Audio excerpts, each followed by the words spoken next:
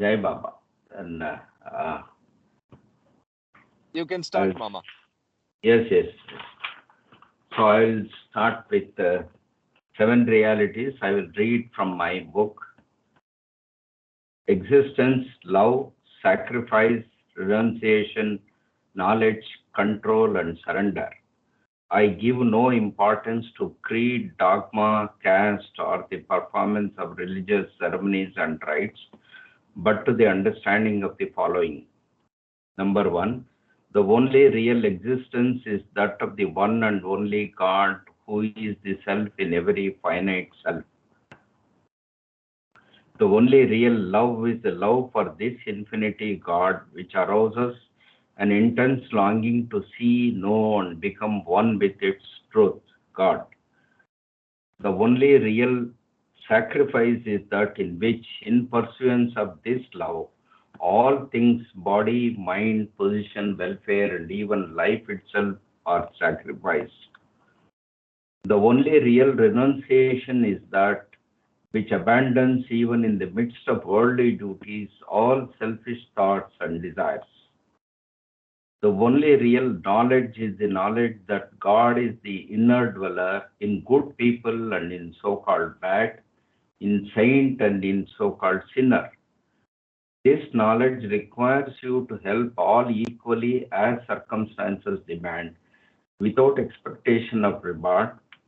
When compelled to take part in a dispute, to act without the slightest trace of enmity or hatred, to try to make others happy with brotherly or sisterly feeling for each one, and to harm no one in thought, word, or deed, not even those who harm you.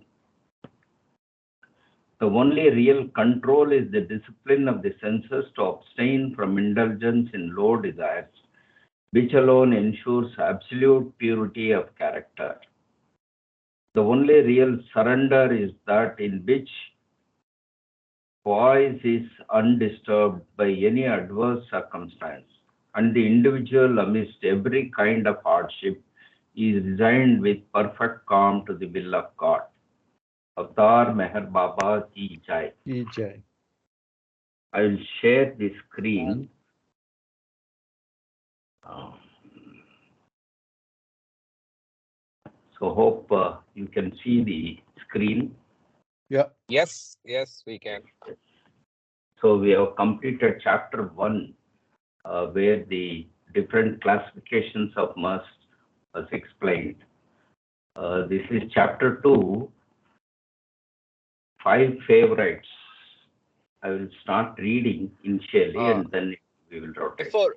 before we start, I hope everybody got a chance to look at the chart. So I've updated the chart and shared it online. I made some small changes and added one more slide as well. So I hope everybody got a chance to see that.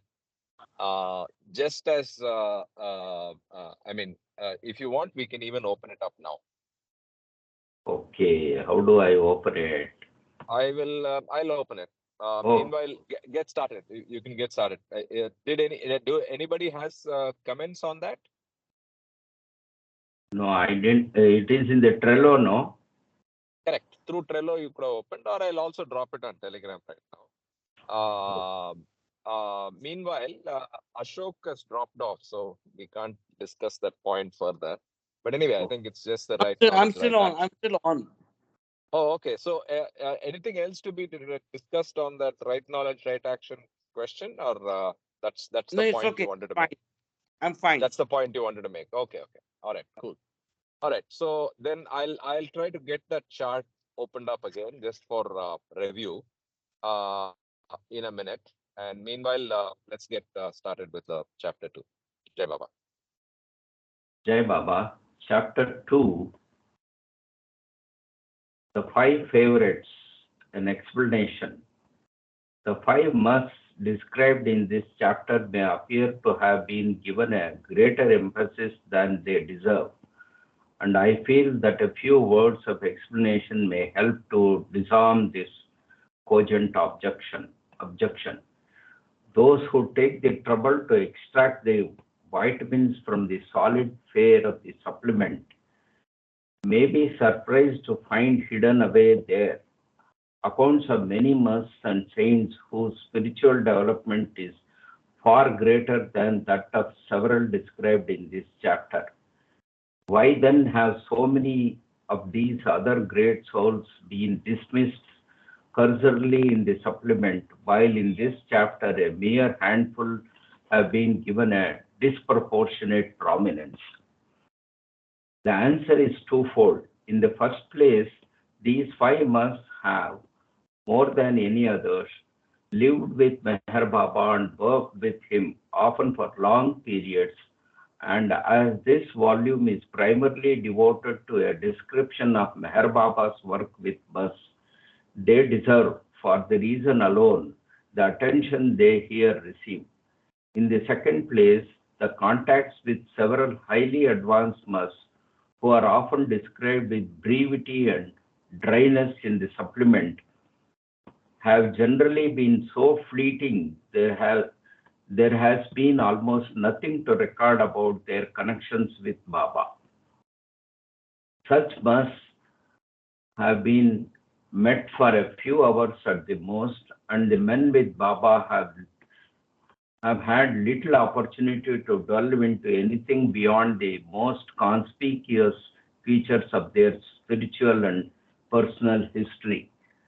The pity is that must either cannot or will not tell us of his spiritual experiences, and so the following pages inevitably give emphasis to the physical appearances and physical behavior of these musts, while that which makes them worth describing, to wit their spiritual status, may be dismissed in a few words. This, though I regret it as much as any, cannot be remedied until we ourselves develop sufficiently the experience directly that which we must know now take on faith. Okay. There is also a quite irrational unevenness in the number of pages devoted to each must. For Chitti Baba is given more attention than the others, while Chacha, who is the higher and rarer type, is described much more briefly. There are three reasons for this. Firstly, if we exclude Muhammad, Chitti Baba had by far the longest contact with Baba than any others. Secondly, the behavior and characteristics of some must provide more to write about. And thirdly, the human factor of the writer's prejudices has provoked him to pay more attention to those who knew best or liked best.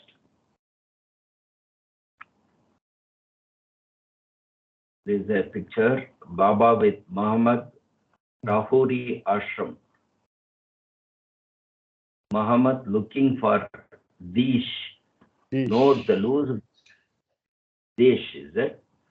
Yeah, he used to call Dish. Dish. He used to So bend and you have seen him, right? I'm sure Sanjay ji and you, Ravi, would have seen yeah, Mohammed, right? Mohammed Mast. yeah. Okay. Yeah, yeah, yeah. Okay, so I have dropped that file, Mama, on the text Okay. chat within here, within this meeting. So maybe we can see the slides and then continue How do I before go you to start, that? Mohammed. How do I go to that technical problem for me? Okay. Okay. It's not here.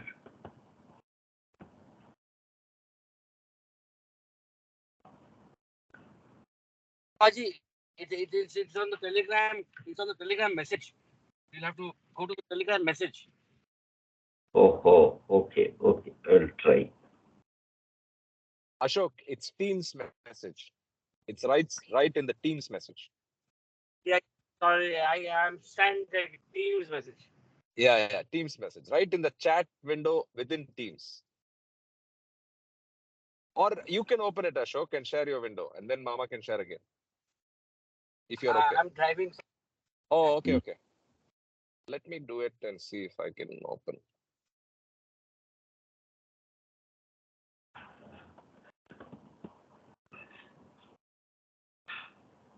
This shows only two windows with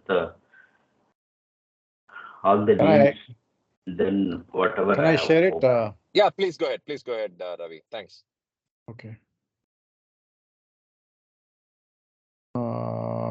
Share my desktop, right? Window. Yeah. Yes. Yep. Yes. Okay. Teams. Okay. Uh, is it here? Welcome to free version of micro Teams. Not this one, right? No, No. no. Just select entire computer. Hang on 1 second. I'm lost here. Just 1 second. 1 second. Bear with me. Sure. Okay. Oh, I think we are already seeing your window. Yeah. Just open the Yes, slide now. your cursor Yeah. was there. Yeah. Yeah. It's your window now. Just open that Okay. slide deck. Just open the slide deck. That's all you need to do. Yeah. Above. Can you see now? Yeah. We can see. Just open the slide. Have you opened the slides? Yeah. Okay, then Y- for some reason we're not seeing the slides. Okay. Maybe I have to. Share entire window. It may be in the another window. It could be in the another window. Go down Yes, the you- taskbar at the Just bottom. give me Then you can just just 1 check second. that. I'm not used to this. Teams. No, not this one. Share. Okay. Option. Share. Stop share, start share, entire Yeah. window. Okay. Window, right? Window. Not window. Entire computer. Screen. Desktop, I think. Desktop. Screen. Yeah, screen. Yeah. Can you see? That's it. Perfect. You got it. Just close the small window. Okay. Go back to PowerPoint. Close this PowerPoint. This is a new screen. Yeah. Close this small window. Yeah. This show it on full screen. I mean the slideshow. Okay. Yeah. Perfect. Okay. Keep clicking right arrow. It's on animation. So now you have the 5 types. Okay. God merged Mazub Allah. Mazub. God intoxicated. Must Allah. Majzub Allah, Mast Allah. Yeah. Okay. Mazub. Final fana. In the 7th plane. Not conscious of creation. And lower 6 planes. Drowned in God. Experiences infinite power, knowledge, and bliss. God intoxicated. So Must Allah. Majzub is what we are already comfortable with. Why I'm repeating this is confusing, and I think if we are able to get our hands head around this in a comfortable manner, it will help us in the rest of the book, right? So okay. the first one is the God merged, which is nothing but self-realized. Majzub Allah. Key points are the final fana has been experienced by him. He is in the 7th plane, but he's not conscious of creation. So this is very consistent with what we have been hearing about Majzub right through God Speaks and Discourses. Next is the God intoxicated or must Allah. Must is a permanent enjoyment of divine intoxication. Actually, the way Baba's words are, it's like intoxication induced by alcohol, which is temporary. Here, the intoxication is permanent. So once you get into the state, you just don't get out of it, right?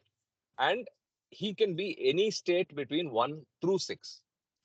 And he is aware of his spiritual place. So he's aware that he is spiritually made progress. So that's stage 2. This is God intoxication. Next, which is our. So this book is all about this second category, must. Right. Third category is God absorbed. This is Mashgul Allah. This is a Salik-like pilgrim, continually and effortlessly absorbed in God. It's as simple as breathing. So as automatic and pervasive as breathing, right? As effortless. He's not aware of the spiritual progress, right? Yeah, or his status. And then he is between planes 1 to 3, and sometimes, rarely in 5, but never in 4. If at all he goes to 5, he will jump over 4, right? And he uses an analogy here where he flies fast and straight like a swan. So this God absorbed. God absorbed comes multiple times, even in chapter 1. And I think we have to distinguish God absorbed as being different from God intoxicated. Next, please.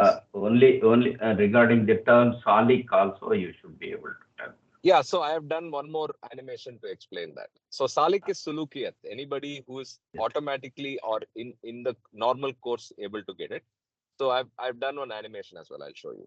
So God communed or Ma Allah, right? God communed. Now again, God communed can be misunderstood as God realized and confused with that. So these two terms are confusing, but please keep them in mind and remember in some way what is God absorbed and what is God communed, right?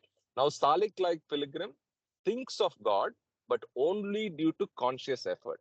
So when he makes a conscious effort, he's able to think of God.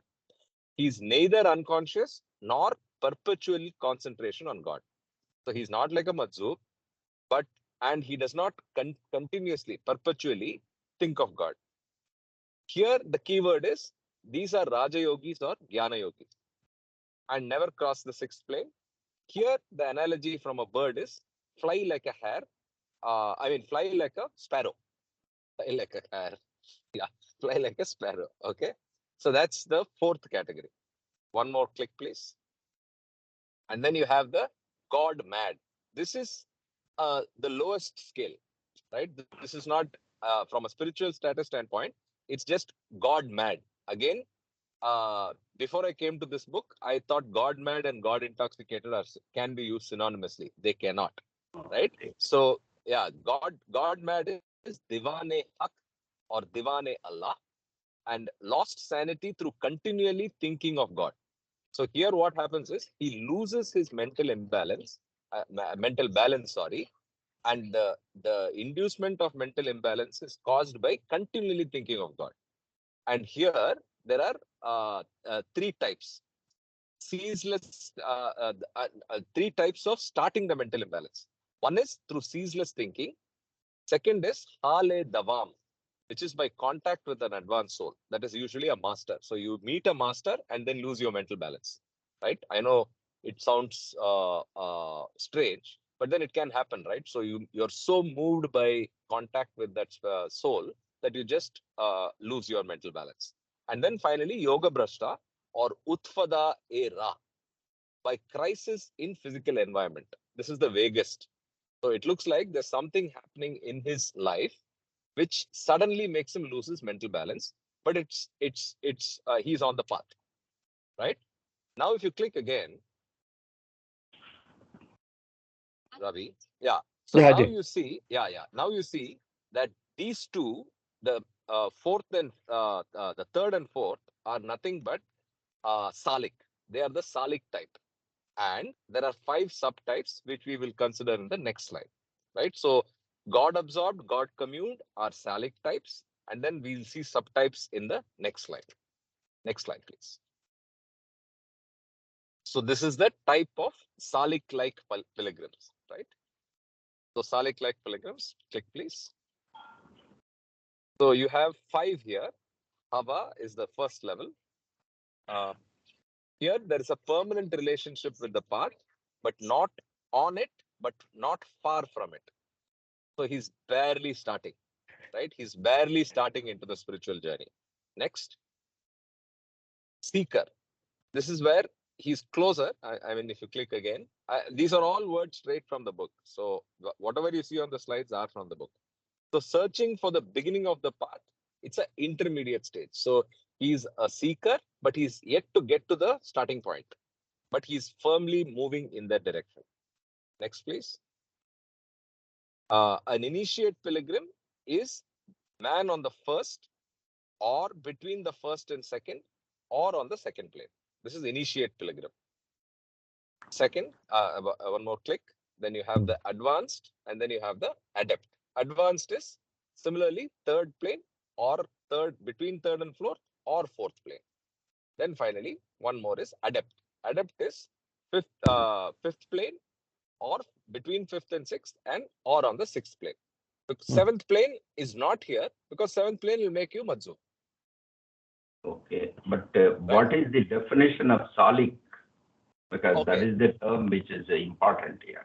Yeah. So Salik is in natural course. Anything that you do with sulukiyat. The Arabic term is sulukiyat.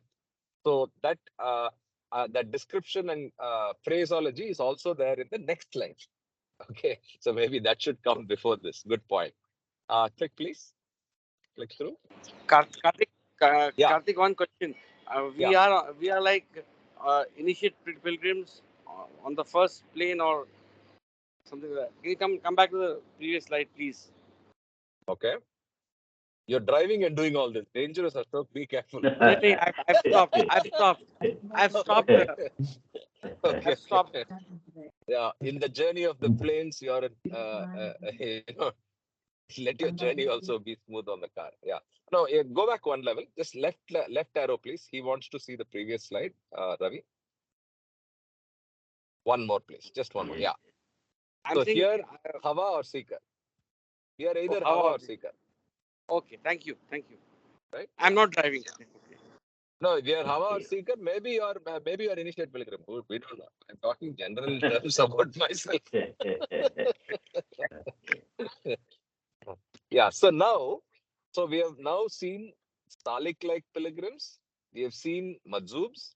We have seen the God mad, as well as the Masts. Now let's just plot them on the planes. So this is an attempt by me to plot them on the planes. Okay. So you have the first through seventh plane. Now one by one, let's click. So if you click, the first one is obviously first categorization. So anything above the steps which are the seventh plane is by types of advanced souls, right? So by types of advanced souls, obviously seventh plane is Majzub. Very clear. I think this is where we are all, it's very well drilled into us. Yeah. Right? Yeah. So then the second one is, there are two categories that go from between first and sixth. This is nothing but Mast as well as Ma'Allah, that is God communed. Both of them are between first and sixth plane. One more click, please. This one is the God absorbed. God absorbed comes 1 to 3 or 5th, if you remember. Right? So you have 1 to 3 plus 5th. Now, the next Divane is not even on this. He's not on the planes. The God mad. He's not even on the planes. Right? Now click again. You'll see the bottom part fill up. Now let's look at the plane structure with the Salik-like pilgrims. Within the Salik-like pilgrims. Click again, please. So you have the initiate between the first and second. You have now this is very simple. Then you have the next click will be the advanced. And then you have the next click to be the adept. Yeah.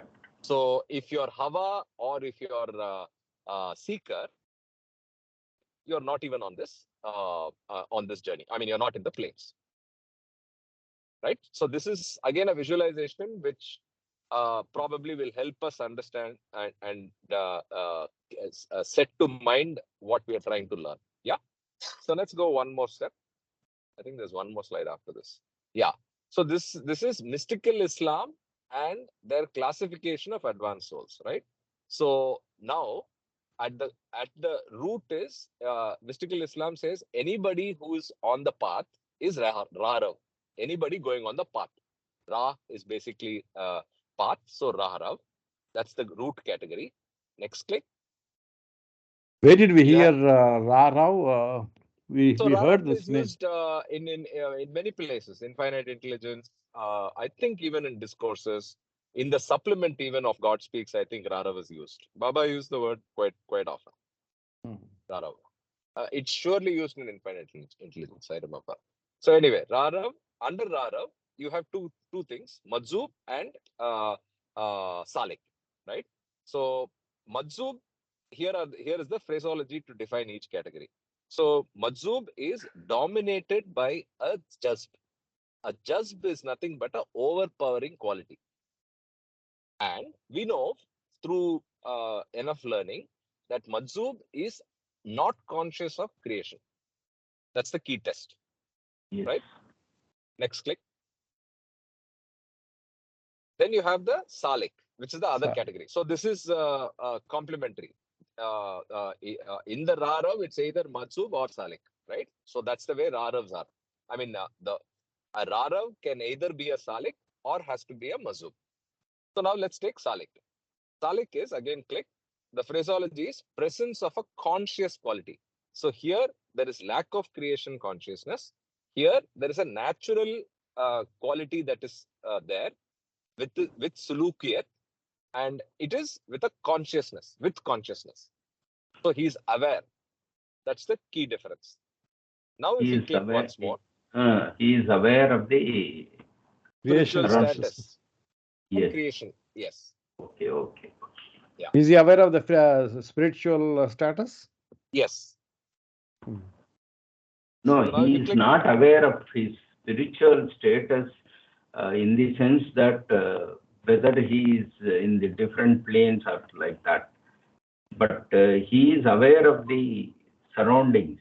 So that is the consciousness of being in this world with development in the path. That is how I look at it. Yeah, but I think he's also conscious of his spiritual status.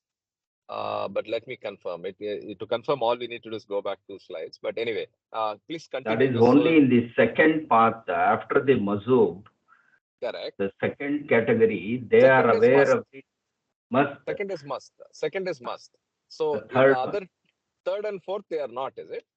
If you're sure of it, they are then conscious of their spiritual progress also. But here, the basic level, you can think we are also saliks in some way.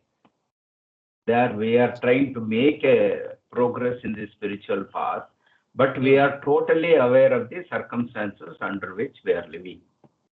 Correct. But we are not aware of where we stand in the spiritual path. Correct. Fair enough. Understood. Click, please. Yeah. So now, if the Majzub or the seventh plane comes down to normal consciousness, what happens? There are 3 subcategories. Can you click now? So you have the Jivan Mukta, which is again Salik e Kamil, right? And if you click again, it gives you the phraseology for it. He has no circle, no duty. No circle means no people around him, no followers. No duty means no universal work, but can make another soul like him. And this is exactly what is said in the supplement as well, in God Speaks Material supplement, right? So if you click again, the next is Salike Akmal. Salike Akmal is, again, click again, is he has no circle, but has duty, which is universal work, but can make a few souls like him. So instead of one soul, here it is multiple. Then this is not written in God Speaks, right? Akmal. It is there. All 3 are there. So Salik Kamil, Salik Akmal, and Salik Kutub, which is nothing but Mukammil. Yeah, that is. Kutub is perfect master. So Salik Mukammil is like Kutub. Yeah, perfect. Salik Kutub, yeah, he's like a perfect master. So he has a circle, he has duty, and he can make any number of souls like him. One more click, yeah.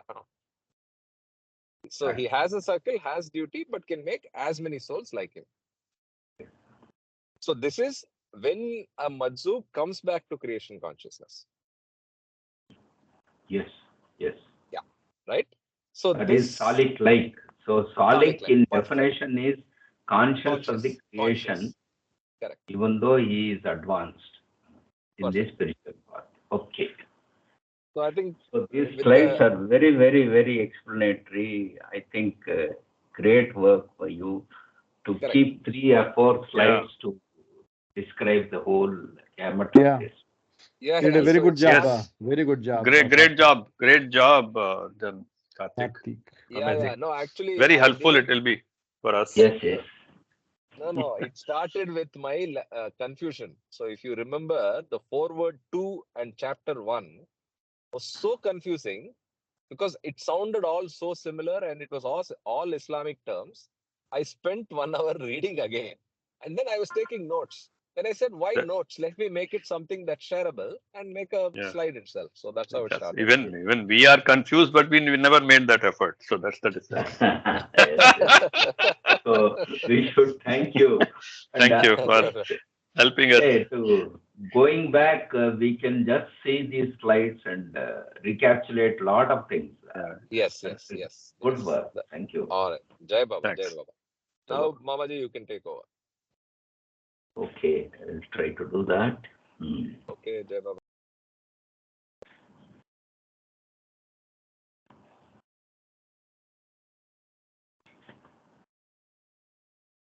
Yes, I have come back to the book. Are you all able to see that? Take Yes, we control, can. Mamaji. Yes, Take yes, control. yes, Mamaji. Okay. Take control. Is Muhammad looking for these? Note the loose ground in front of his feet, which has been dug up in Can you earth. display? Wait a second. I think your display didn't get shared. It was still Ravi's screen. I thought it was yours. Okay. Oh, stop sharing. Sorry. Okay, now you can. No. It just takes. You don't have to stop for the other to start. But anyway, I don't know. I don't think it started. Please try again. Now it's visible, or I need to share. You need to start. You need to share. Yeah. Okay. Yes. Now There you go. Yes, we are seeing the Teams window. You just have to move to the PDF. Okay. Teams window, is it? You are seeing the Teams window. Right now, Teams on the browser.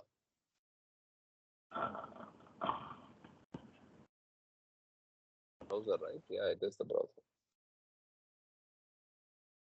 Did it come here? No, is the book visible now? No. Okay. I'll have to do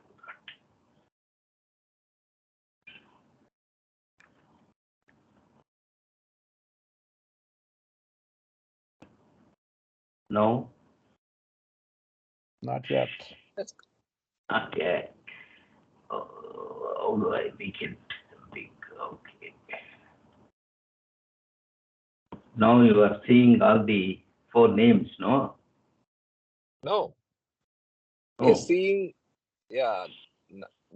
Now you stop sharing again.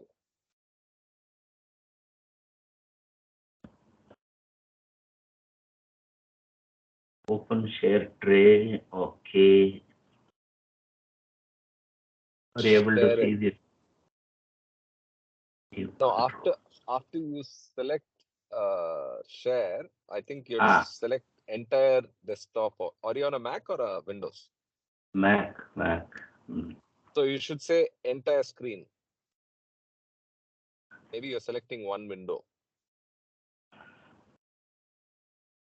Entire screen, is that desktop? Yes. Desktop. Okay. Yeah, there you go. Perfect. Now we're able to see it. Okay. Yeah. You can continue. Yes. Yes, this must Muhammad. Yeah, we can see. Close up picture as he is today, that is August 1947. So right upon must, number 1, Muhammad, like a problem child who needs the counsel of a psychiatrist to steer him to the highway of normal development. Muhammad was a problem must, entangled in the brambles of spiritual path, and it was Baba who came to his rescue. Muhammad is the must of exceptional characteristics, and as such, we must turn to Baba if we are to understand something of his spiritual background. Baba has explained that the case of Muhammad is different from that of other musts. Saints, walis, pilgrims initiate advanced or adept. In fact, those on the spiritual path who are not musts may progress from one plane to another, and may also pass through a state between one plane and the next. Thus, such souls may be on or between any plane from 1 to 7. Now, a must normally progresses only on the planes and never passes through the states of being between one plane and another until having reached the sixth plane. He may enter a state between the sixth plane and the seventh before becoming merged in God, as in the case of Palankola Baba of Kilakarai, Naga Baba of Jaskiran. Mama, that's Kirakarai. It's Tamil. Oh, Kilakarai. Kirakarai. Kirakarai. Yes, Kirakarai. Kilakarai, Naga Baba of Jaskiran, and Master Name Raja of Rohri. See supplement. So I am unable to go to supplement. We'll go to that later. Okay. Muhammad, however, by an extraordinary set of circumstances, was an exception, and when brought to Rohuri in 1936, he was not only a must, but was also between the third plane and fourth plane. Normally, as already explained, only saints, advanced pilgrims, and so forth pass through this stage of being between the third plane and fourth, and in this condition they become dazed. This stage represents a kind of mukame hayrat of this section of the path.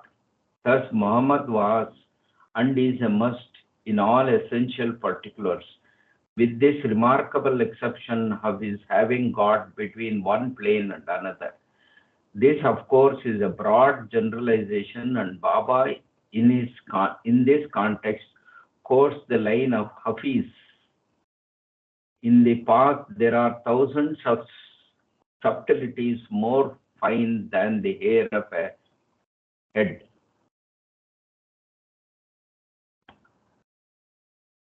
As a result of Baba's contact, Muhammad never entered the fourth plane, but jumped to a state between the fourth plane and the fifth, and then entered the fifth plane. He is now, Baba explains, on the fifth plane and will not progress further in this life. These are the bare bones of Muhammad's spiritual history, and we will now turn to his outer life with Baba. In the first place, no must has had such prolonged contact with Baba, for it is now 11 years since Muhammad was brought to the Rahuri ashram in August 1936, and no must, despite the hundreds whom Baba has contacted, has proved quite so exacting. For some spiritual reason of his own, Baba insists that the slightest whim of a must should be fulfilled, and of all the musts, Muhammad seems to have exhibited the most bizarre and capricious vagaries that put the patience of those charged with his care to the greatest possible test. Muhammad is by birth a Hindu, a potter by caste, born in Ratnagiri, and his real name is said to be Tukaram Chavan. He seems to have had a wife and two children in Ratnagiri, and when he became a must, he left his home and his job as a potter and went to Bombay. It was in Bombay that he came to be called Muhammad by Muslims who held him in respect, and this name has stuck to him ever since. He probably spent several years wandering about Bombay, and those who specialized in gambling on the day-to-day fluctuations of cotton prices used to hang around Muhammad, hoping that he would give them tips from time to time. In this way, anyone who is peculiar, and especially one who is thought to be spiritually advanced, is pestered by petty speculators who interpret the merest gesture or fortuitous remark of a tip that may win a fortune.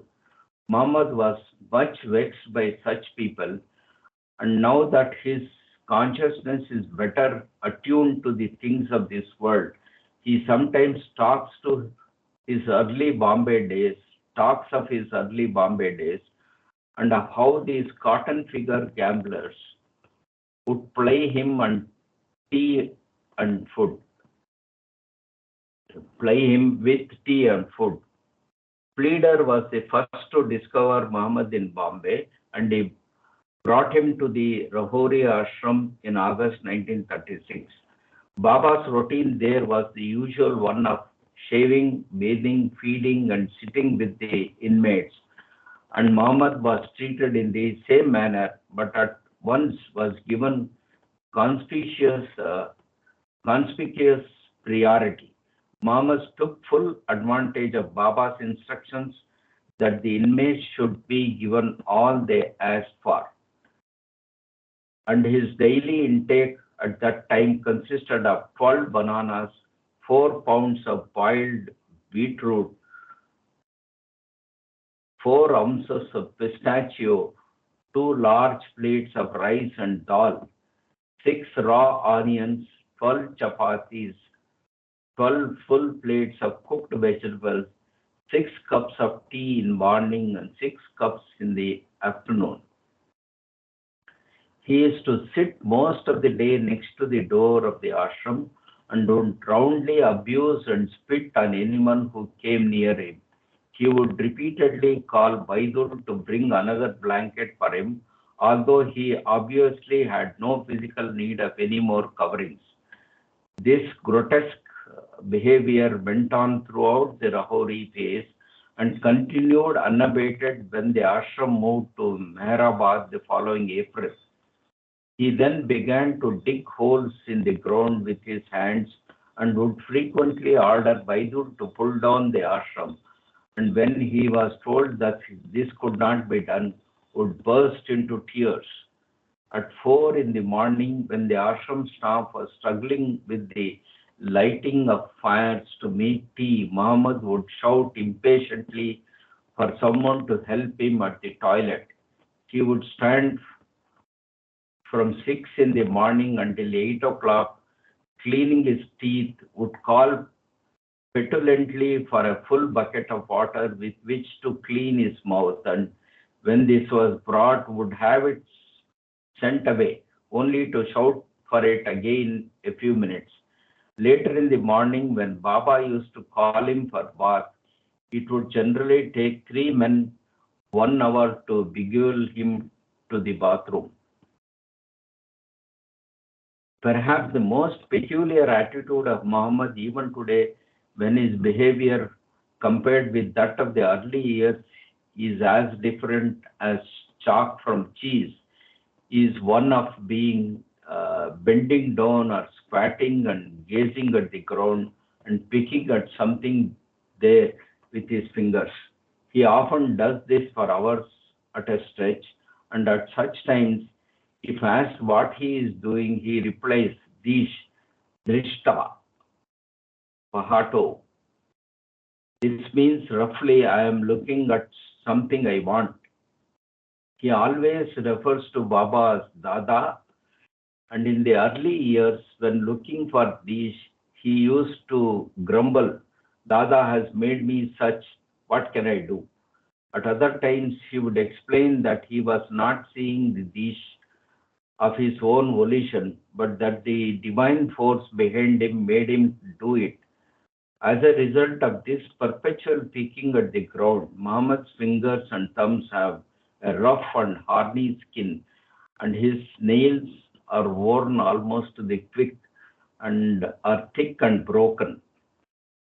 Those familiar with the history of Baba's life will recall that in the summer of 1937, he went several months to Cairns with a large group of Eastern and Western disciples. Shortly after Baba arrived in Cairns, he cabled instructions for Muhammad to be brought there. The reader may now have gathered how tiresome Muhammad could be, and he will thus be able to visualize how difficult it must have been to steer him successfully through the routine of getting his passport. This meant a personal appearance before an August official, and those carrying out this work were in an agony of suspense lest their wayward Muhammad should suddenly abuse and spit on the official. All, however, went well and formalities were completed, and Muhammad was prepared for the voyage and was told that he was going to France to see his Dada. Can someone take over from here? He used to call France Falance. Falance, yes. Falance. Yeah.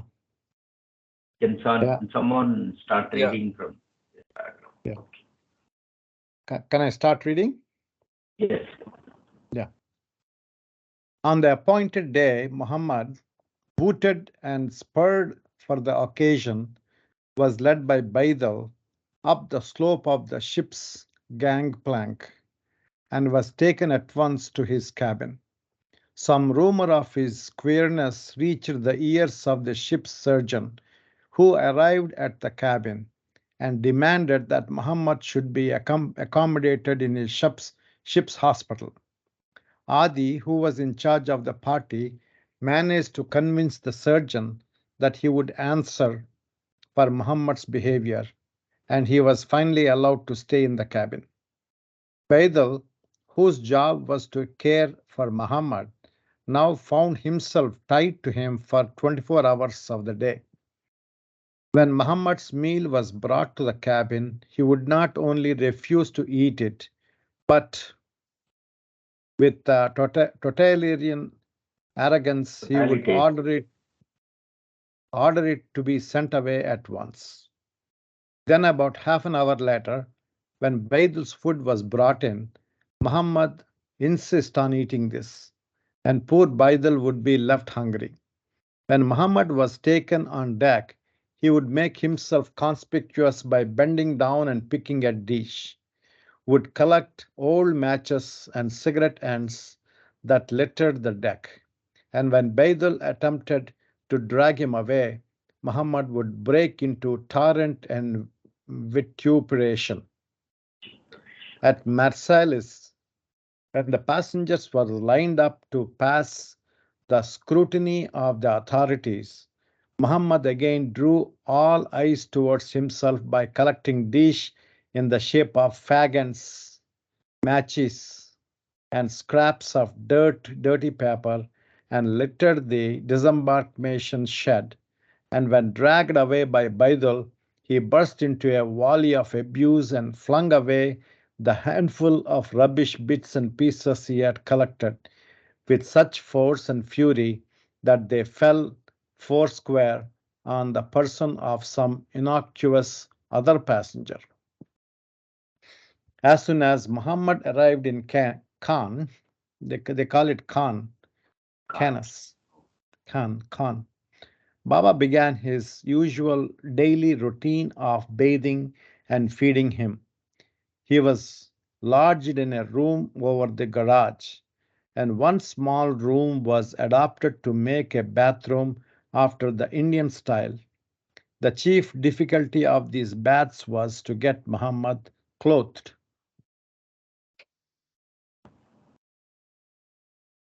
Thereafter, for he would stand naked, trying to make up his mind to allow his vest to be put on.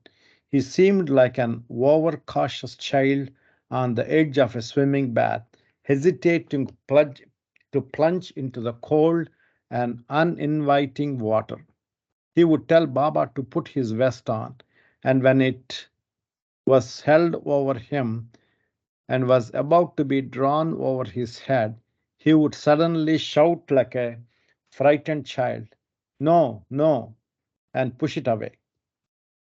Eventually, to the relief of all, he would have the vest on and would then suddenly demand to have it removed again.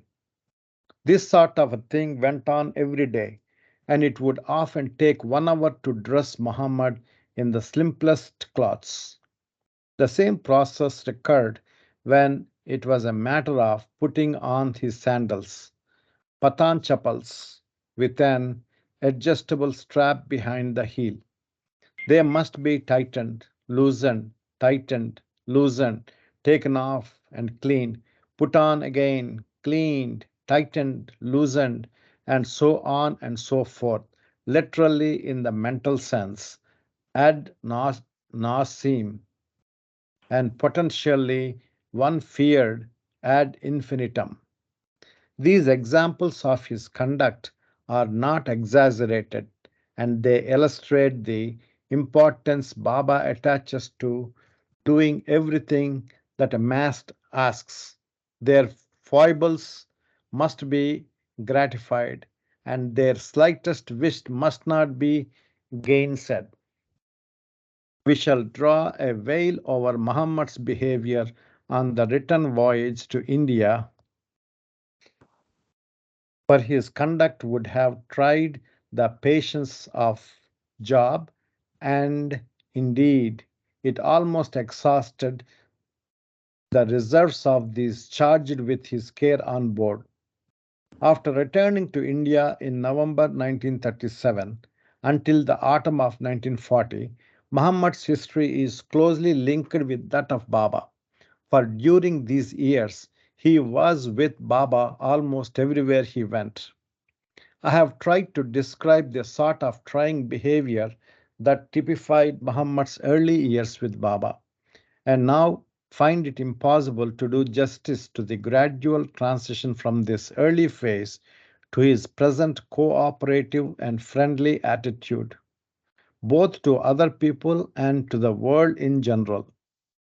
The external aspect of this transition has been like the spectrum, where one color blends imperceptibly into the next without any precise lines of demarcation. Until October 1940, Muhammad nestled close under Baba's wing, and from that time forth it seemed as if the work of attending to his spiritual nature was more or less complete. For at the end of October, Muhammad was sent to Bombay, where he stayed for some months with Ali Akbar. Alaba, is it Alaba? Ali Akbar. Yeah, Ali Akbar From is Aloba. Alaba. Yeah. From Ali Bombay, he Akbar was Shapur Zama. Yeah, that was his name. Shahpur Zaman, correct. From Bombay, he was later sent down the coast to Ratnagiri, his old home, but in January 1942 was brought back again to Mehrabad and is now a permanent resident there. No one would maintain that the Muhammad of today is normal, but there is nevertheless a radical change in his behavior. In the old days, his explosive and irritable temperament gave one a feeling that he was wrestling with some inner problem, and that when you tore him away from his preoccupation with this problem, he became so confused that he burst into uncontrollable tantrum. From an indifferent observer's point of view, the mitigated feature of Muhammad's early years was his love for Baba, or Dada, as he used to call him. However, contum- contumacious and difficult he may have been toward everyone else, he seemed really to adore Baba and to long for his daily visits. Every day when Baba came, it was as if a brilliant flame were kindled in the depths of Muhammad's being, that for a moment lit up the dark and tangled ways, and slowly these fleeting moments of inner radiance have grown more and more sustained, so that Muhammad today is, for the most part, a harmonious and agreeable inmate of the ashram. He now radiates something unusual and charming. He has a pers- uh, perspicacity that misses little or what goes on in the ashram, and he adopts a kind of avuncular interest in everyone's welfare. In his old way, he tries to express his resignation of Baba's spiritual greatness, and the following are Recognition of Baba's. Okay. huh? Recognition of Recognition. Baba. Yeah. In his odd way, recognition. Yeah, in his odd way, he tries to express his recognition of Baba's spiritual greatness, and the following are some of his statements about Baba, whom, as I have already explained, he always refers to as Dada. Dada is God. Dada is Master. Everything depends on Dada's will. Because Dada is there, the world is there. Dada is the Master of mercy. Even today, despite his great change in character, Muhammad still has the clumsiest control of his body. When he walks, he leans forward, arms dangling at his side, and stumbles along with his toes turned slightly inwards, and looks as if he might topple over any moment, like a child leaning to walk, perhaps through constant standing hour by hour looking at dish. The arches of his feet have dropped. His hands are spatulate with fingers and nails worn and cracked by endless picking of dish. His voice has somehow caught the habit of defective gramophone record, for he repeats almost every phrase several times over. This repetition is particularly manifest when he says something rather clever and as if pleased with his smartness. He recites one phrase 10 or 12 times in a loud sing song tone. He also gets puzzled by difficult consonants and rounds off the sharp corners of tricky words rather as a child does. He doesn't exactly shudder, but like a self starter that must be pushed 8 or 10 times on a cold morning. Muhammad gives several kicks to the first syllable of a sentence and then finishes the rest of it without hesitation, but with a childish simplification of consonants that I have already described. Thus, when he says in his own language, Marathi, Dada Dev Ahe, Dada is God, he says it something like this: Da, da, da, da, da, da, da, Dada Dev Ahe. And then he repeats the same phrase many, many times when the same clumsy start. His mood nowadays is usually good, but like many of us who are not at our brightest in the morning, Muhammad has a scowl on his face for the first hour or two after raising. If you talk to him, then he either takes no notice or tells you to shut up, but with nothing like the force and wealth of epithet of his early years. He has a habit at times of draping his blanket over himself and standing for 2 or 3 hours at a stretch, his body bent forward to a right angle or more, sometimes with the blanket thrown over himself in the same way.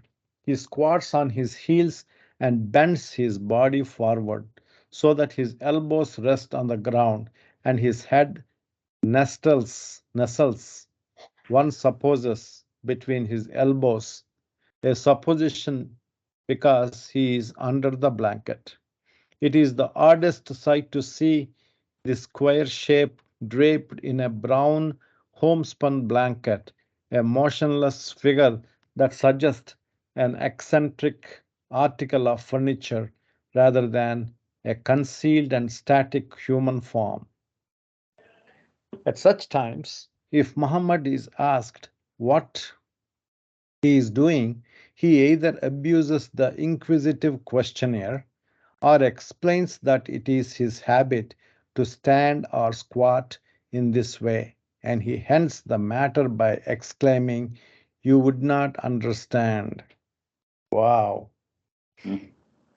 Hmm.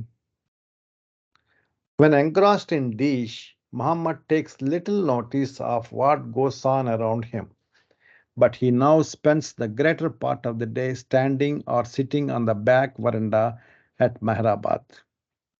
Whence he keeps an eye on all who came and go.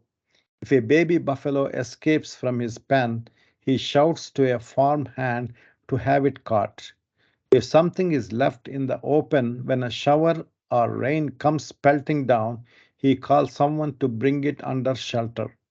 Those who pass to and fro from their business he orders about in a friendly and cheerful way. And when the gong of mails is sounded, he tells laggards to go for their food. He knows all the men in the ashram, all the regular farm hands and servants, and all the animals by their names, and he takes a vivid and critical interest in everything that goes on. Despite this capacity for acute observation, he still lacks a sense of judgment. As an example of this, we may cite the following. He remembers quite well his visit to France in 1937, and for the past 2 and 3 years, he has he has got it into his head that he must go to France again. So whenever Baba comes, he begs him to take him to France. As a result of various discussions with Baba and Pendu, Muhammad has now come to believe that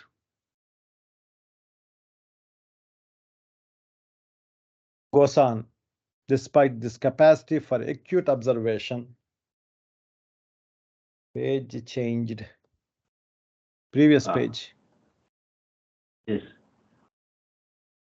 Muhammad Despite, has. yeah, wait, this is good, right? Despite this capacity of acute observation, he still lacks a sense of judgment. As an example of this, we may cite the following. He remembers quite well his visit to France in 1937, and for the past 2 or 3 years, he has got it into his head and he must go on to France again. Whenever Baba comes, he begs him to take him to France. As a result of various discussions with Baba and Pendu, Muhammad has now come to believe that. Oh, I see. Sorry. A sum of 79 lakhs of rupees has been put aside for his expenses, and that a specially chartered ship is being made ready for the voyage. At the time of writing, September 1947, Muhammad's plans are to leave for France in December, which is the way of pronouncing the word December. uh, I believe I remember this. Somebody was telling he used to ask people, France jayegi, and they went and told Baba that that's what he's asking. And Baba told them to tell him tomorrow Baba is going to come and we will go to France. That's what they used to say. And then he used to satisfied with that answer. Dada comes tomorrow, something in Marathi, Then we can go to France. Yeah. He is rather worried as to whether he will get rice there, for he has been told how the economy of Europe has been upset by the war, and when December comes, he will be given some other reason why it will not be possible for him to go to France just yet. About a year ago, he was avidly keen to be off, and every day made anxious inquiries about the progress of negotiations for passports and tickets. Now, however, this passion for foreign travel seems to be gently waning, and perhaps by the end of the year, he will not greatly care if he is told that his voyage is again postponed. A few years ago, he had an idea that he wanted to marry a fat wife and have children. But this early ambition has now been supplanted by his desire to revisit the fair land of France. This deception may sound pathetic and unfair, but if Muhammad is told squarely that such and such a thing is impossible, he becomes more morose and miserable, and sometimes bursts into tears, like the vain hopes that encourage a man along the road from cradle to grave. Muhammad too appears to be sustained by these simple dreams. They may seem puerile to us, but perhaps serve him in the same way that our ambitions do. They gave him something to look forward to. Whatever may be one's intellectual estimate of his strange blend of child, man, and saint, Muhammad somehow commands one's affection. In short, despite his impossible behavior, one loves him, and through the chinks in the distorted personality, one discerns now and again a beauty of soul that makes the shortcomings of his character unimportant. In this way, of course, he is much the same as any must, for either by one irony of love of God or for some specific divine purpose. The spiritual state of these God intoxicated souls is veiled from our eyes by the dense folds of a cloak of eccentricity. Note from Westerners: a lakh is 100,000 and a rupee is about once $6.30. 1 shilling. I think so. No, Okay. shilling used to be the old of England currency. Oh, Dollar and cents are the American. oh, For dates of various episodes in Muhammad's life with Baba, see the supplement order Rahuri. okay.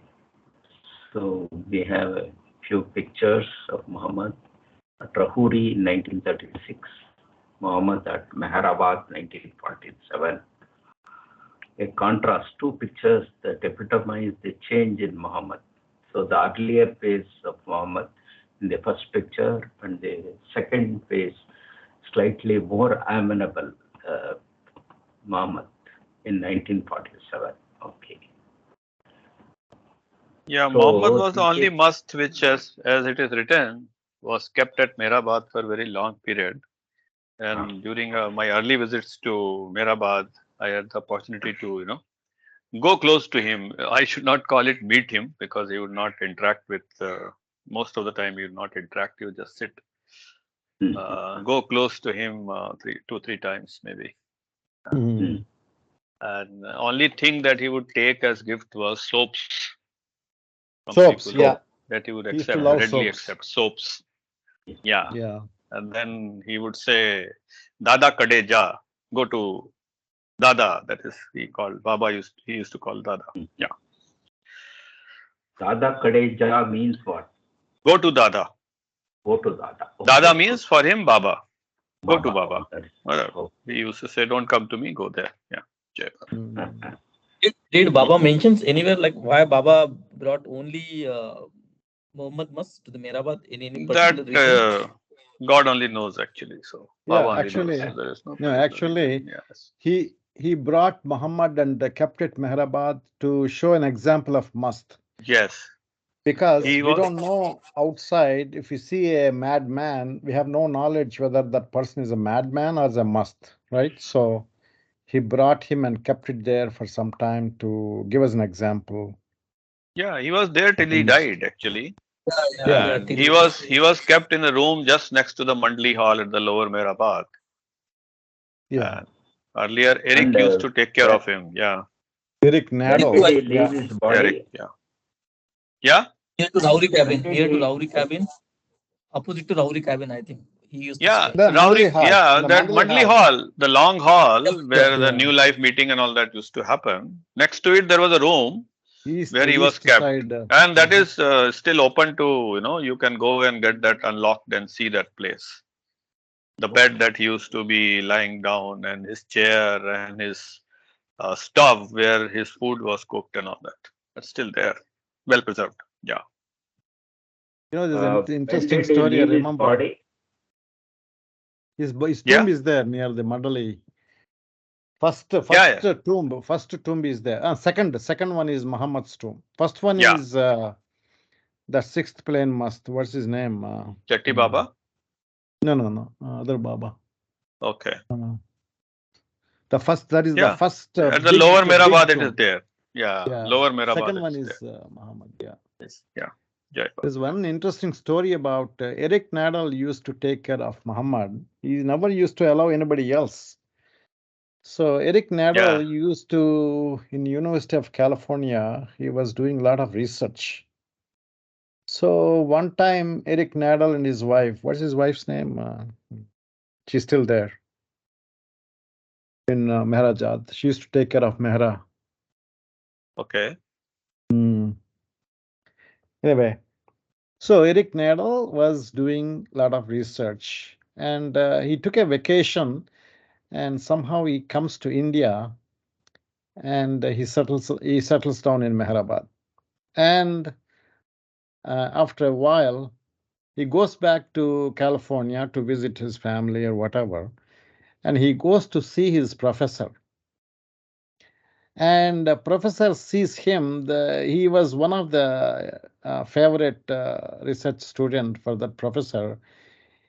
He starts coming from a distance and almost yelling at him, "Why did you leave research?" And Eric Nadal could figure out he was going to come and yell at him. So he started chanting Muhammad's name. And that professor comes and hugs him, and he says, totally changed his mind.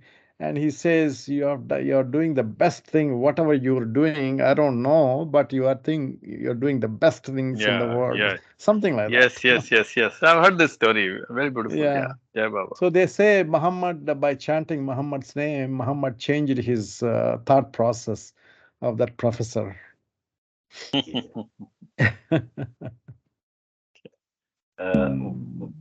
When did Muhammad leave his body?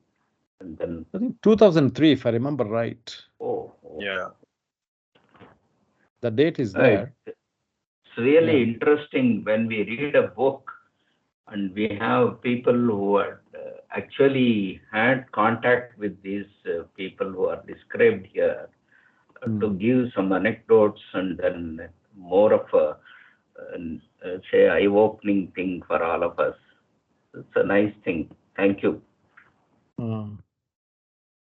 Yeah. There's another story about Eric Nadal. So Eric Nadal used to take care of him, feed him, give him bath, and take care of everything.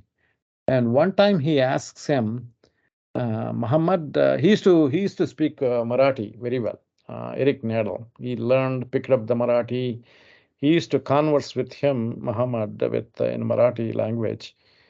One time he asked him to take him to the fifth plane. And Muhammad didn't like it, but somehow he was in a mood to give him an example. And Eric Nadal started feeling, he closed his eyes. He sees this bright light, and the light becomes so intense, it seems, that after some time he started shouting, "Bring me back, bring me back." And then within a short time, he comes to normal conscious level, Eric Nadal. So that was the experience he had written in Glow about this. I remember to have read it a long time ago. Oh, okay. Yeah. It's hardly 10 minutes. I also have to go to office today. Can we wind up here and start with Chitti Baba tomorrow morning? Yeah, that That looks good. Yeah. Chitti Baba. Then Sanjay ji, you can have the prayer and then we will close. Okay. Okay. Jai Baba. Jai Jai Baba. Baba. Jai Baba. Mm. Jai Baba. Hari Paramatma Allahur Mast God Yajdahu. Hari Paramatma Allahur Mast God Yajdahu. Hari Paramatma Allahur Mast God Yajdahu. Hari Paramatma Allahur Mast God Yajdahu. Hari Paramatma Allahur Mast God Yajdahu. Hari Paramatma Allahur Mast God Yajdahu.